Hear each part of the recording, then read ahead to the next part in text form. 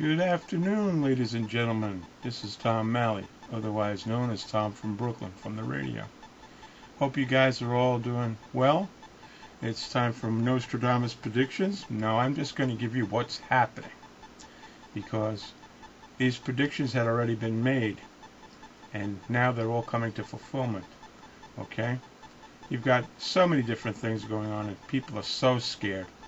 The atmosphere of fear that has been developed over the last 20 years is coming to fruition. I am very, very upset. The police are acting in a manner that is unnatural. They're not all pumped up. They're charged up by other forces other than their departments to do things that's unnatural. Okay? Look at what we have right now in D.C.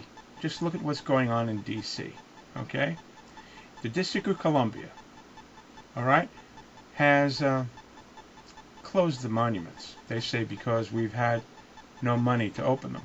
Meanwhile, there were who allocated the money for the signs to be made, the people to put them up. They weren't put up for free. Okay, when were the signs printed? Okay, this is all a script, folks. It's the script of disaster for America. And when I heard about the shooting in D.C., I figured it was a bunch of those old veterans with a great heart. My heart goes out to them. That wanted to visit their memorials, their monuments, and were not allowed to. When I heard about the shooting, I figured one of them might have flipped out. But, you know, what did they actually do? Well,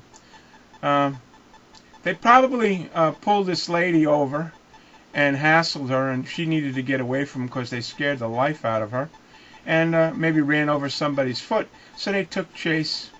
They chased her all over, and you know, the joint task forces of the SWAT teams and DC police and all of these marshals and everything shot this woman to death with a baby in the car. Good job, folks. You did a great job. And Congress gave them a standing ovation. What a fucking hero. Who was the killer? Who killed this person? You know who killed this person? The man in the White House with his nonsense. Okay? That's who killed this person.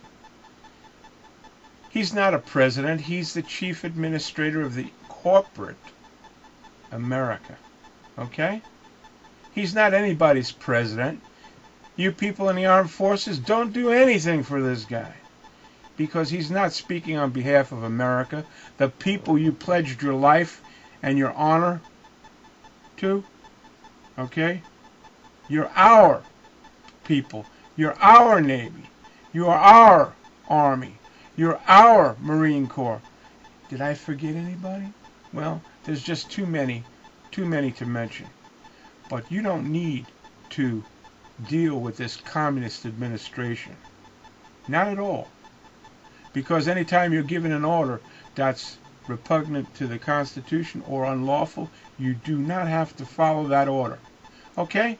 You do not have to put a blue beret on. Nowhere in your oath of office or in the oath of a soldier or a member of the United States Armed Forces does it say you have to put on a blue beret or serve a foreign entity. Folks, the United Nations is our enemy. It is the enforcement arm of the Rockefeller Foundation, private bankers. No more banker wars. The people are starting to catch on, and they're starting to say no. I thank God for your clarity of thought. It's about time. And now, you know, let's look at it this way.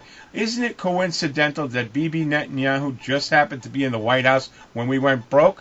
What was he doing? Was he there to make sure that Israel's money wouldn't be slowed down because we didn't have any money to run our government? Or send out our Social Security checks? Or pay our soldiers?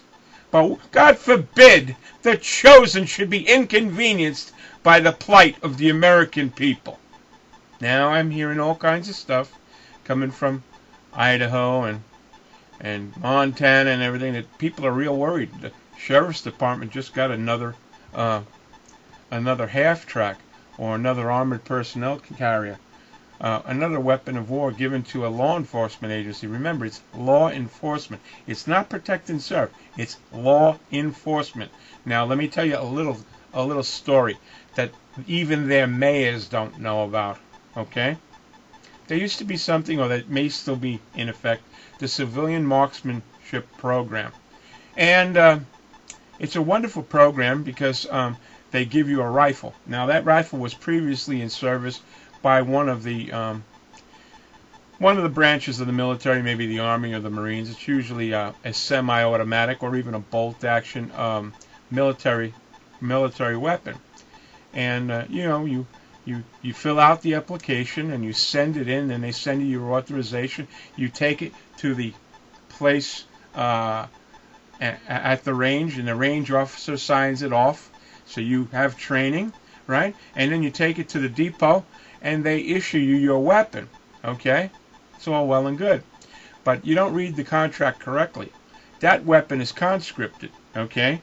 And by accepting that conscript, you, under an extended, agreement or contract, have been conscripted yourself as a qualified individual in the use of that weapon.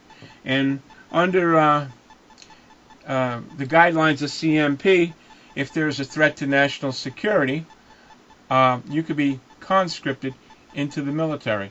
Well, that could be any one of us, but you're armed, and they've provided you with the weapon. So that's using that as the premise and as a platform for what I'm about to tell you is. Okay? The people who have dreamed all this up are quite bright. I mean, unless you have a trained eye, you would never even have picked up on this. Okay? All right. What happens with a bunch of vehicles that stay in one place for 5 or 10 years? They rust, they rot. Rolling stock is better than having it sitting in an open air field. Okay? So what the government does is it allocates each one of these half tracks or armored personnel carriers to local police departments. They hand them over, okay, and they just sign for them, and they get this thing, but they sign for them much in the same manner as you signed for that rifle, okay. In a case of national emergency, they can reclaim them at any time. So instead of having it rotting in a field for 10 years, they have it housed, it gets painted, it gets maintained, it gets fueled, and it gets run around. So what is the upside to all of this? Well, for the police department, they get use of a very expensive vehicle at relatively no cost.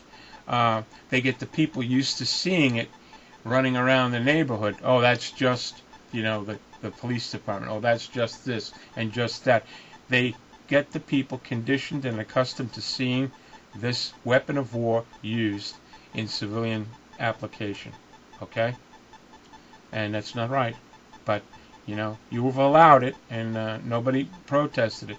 But little do they know that if Obama says go back and get the vehicles, they've been pre-deployed all over the country at the expense of the individual police departments. So, hey, we got 2 of those vehicles. Wow, cool. Well, you know what? You've maintained 2 of those vehicles. You trained your people for 2 of those vehicles. Guess what?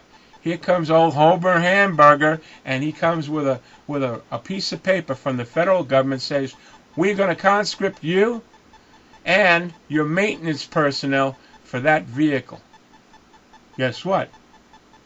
They're not going to ask you twice, and they're not going to ask you nicely. It's non-negotiable. It's their piece of equipment. You maintained it. You got screwed. You get in their way, they'll kill you. That is the plan, okay?